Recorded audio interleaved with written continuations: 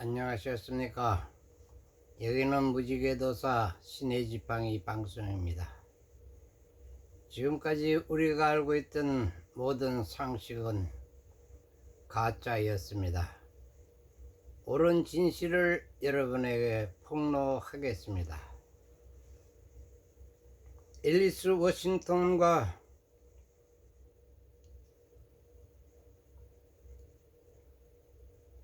대화한 결과 우리가 현재 노예로 살고 있는 사기꾼 기업 국가를 폭로하고 있습니다. 1871년에 로스차일드 가문, 예를 들어 중앙은행 FRB가 비밀리에 세운 나라를 미국이라고 합니다. 잘 알려져 있지 않았지만 훔친 이 인류 역사는 다양한 사탄 교도들과 다른 이름들 중에서 로스차일드 카자리안 마피아, 일루미나리, 영국 군주제, 그리고 유럽의 모든 군주제도 포함됩니다. 프리메이슨이라고 일컬어지는 로지크루시안, 스크램번즈, 바티칸 등으로 불리는 비밀 단체들에 속하는 초부유층, 나르시즘, 사이코패스들로 이루어진 아주 작은 카발 단체들을 말합니다.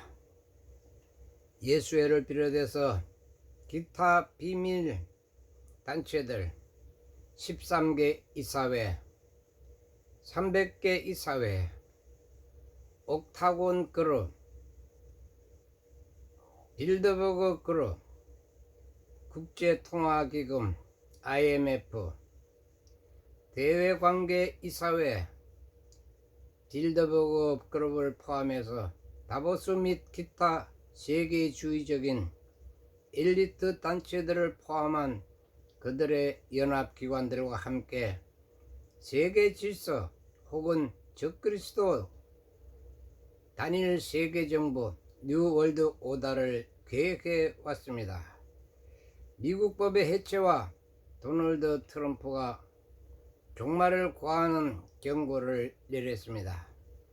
주디 바잉턴 리포터가 전하는 진짜 애국자들을 위한 진짜 뉴스 제43부가 앨리스 워싱턴 리포트에 실려 있습니다.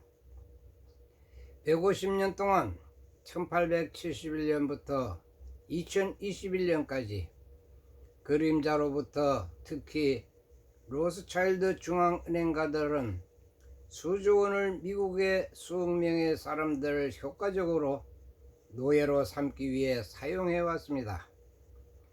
1871년 컬럼비아 특별국법이라는 위험한 법 아래 전 세계의 수십억 명의 사람들을 포함하여 영국에서 이 법은 1871년 영국법이라고 불렸습니다.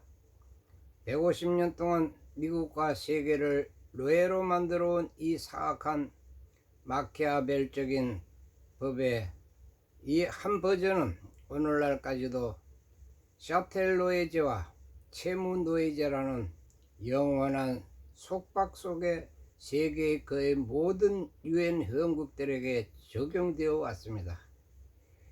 우리는 그들의 도움으로, 유엔 본부의 도움으로 자유를 되찾은 것처럼 착각 속에서 살아왔습니다.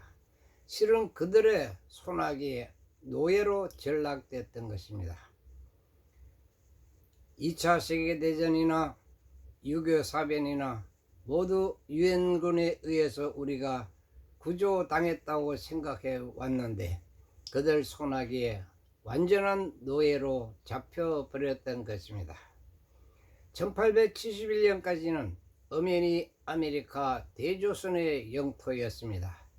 그것은 차후에 제가 나서서 다시 원시 반본할 계획입니다. 기대해 주시고 많이 참여해 주시기 바랍니다. 150년 된 로스차일드 채틀 노예 제도에서 바로 출생증명서, 사망증명서, 사회보장번호 구입, 판매 및 채권 사용료와 같은 로스차일드 채무 노예 제도에서 바로 국세청 소득세를 말합니다. 사망세금, 금 또는 은에 기초하지 않은 피아트 위조 화폐에서 벗어나기 위해서 전 세계를 로스차일드 카자리안 마피아 매트릭스의 탄생을 우리는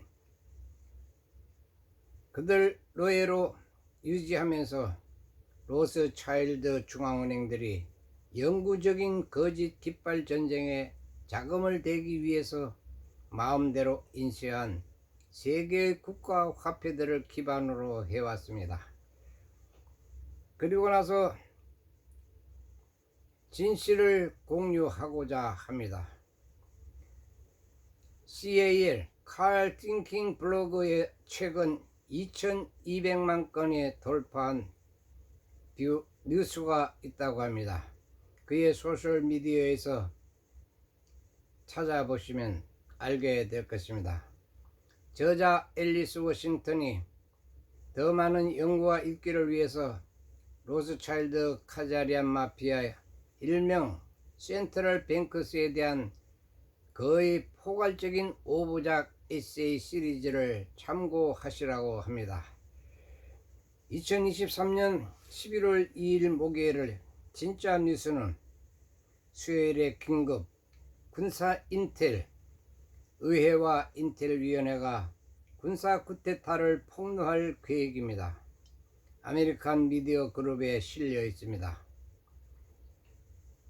그리고 11월 1일 수요일 미국 민주공화국 타도에 적극적으로 나선 조지 소로스와 재정적 관계를 맺고 있는 미국의 200개 단체 목록도 아메리칸 미디어 그룹에 실려져 있습니다. 거버먼트라는 단어는 사실상 마인드 컨트롤을 의미합니다. 어원적으로는 고대 라틴어에서 유래했는데 그것은 통제를 의미하는 거버네어와 마음을 의미하는 멘티스 두 단어를 합쳐서 나온 합성어입니다. TV, 라디오, 뉴스 등에서 화석 연료라고 말을 들을 때마다 거짓말을 하게 됩니다. 1892년 제네바 협약에서 석유 산업에 가장 똑똑하다고 알려진 J.D. 록펠러는 과학자들에게 석유를 화석 연료라고 말하라고 시키고 희소성에 대한 생각을 유도하도록 했습니다. 이는 석유의 세계 가격을 정하기 위한 수수였습니다. 진실은 사실 석유는 물 다음으로 지구상에서 지구 내부에서 지금까지 삭제할 수 없을 정도로 빨리 재생되는 것입니다. 한때 연료는 무료였지만 로스차일드와 블랙드래곤 사람들을 속였습니다. 2020년 7월 4일 되고 있는 거야? 7월 4일날 도널드 트럼프 대통령이 서명한 미 합중국 신공화국 제2독립선언서 원본에서 양피지로부터 2020년 2월 9일 마크 보먼에 의해 옮겨졌습니다.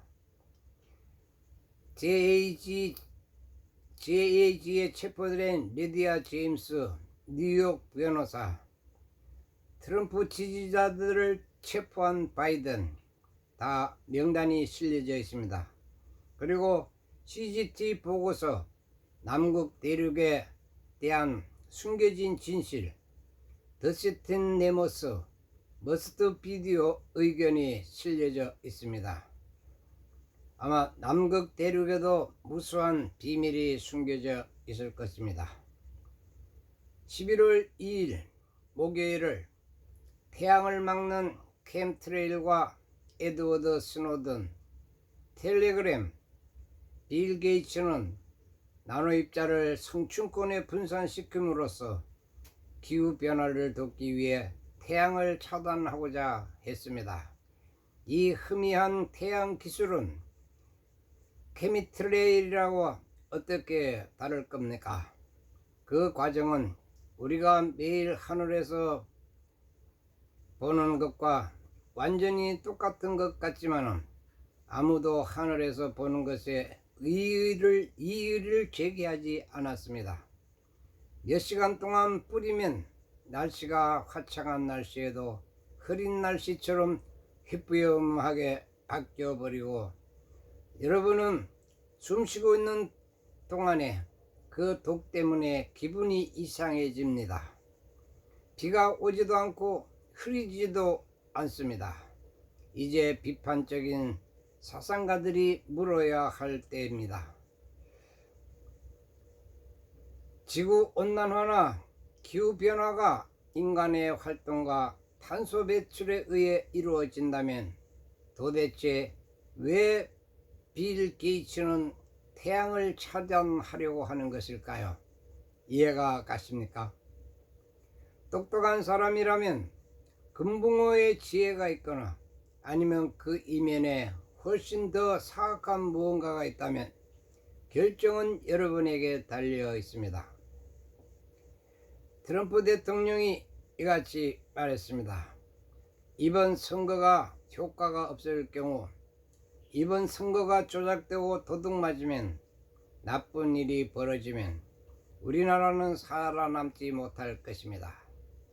만약 삐뚤어진 조와 민주당이 투표에 제 이름을 빼버린다면 미국에서는 다시는 자유선거가 없을 것입니다. 우리는 당신을 위해 대통령이 선출되는 독재 국가가 될 것입니다. 당신은 더 이상 투표를 하지 않거나 분명 의미 있는 투표를 하지 못할 것입니다. 그리고 당신은 솔직하게 말할 수 있습니다. 그것은 이미 시작된 것입니다. 이것은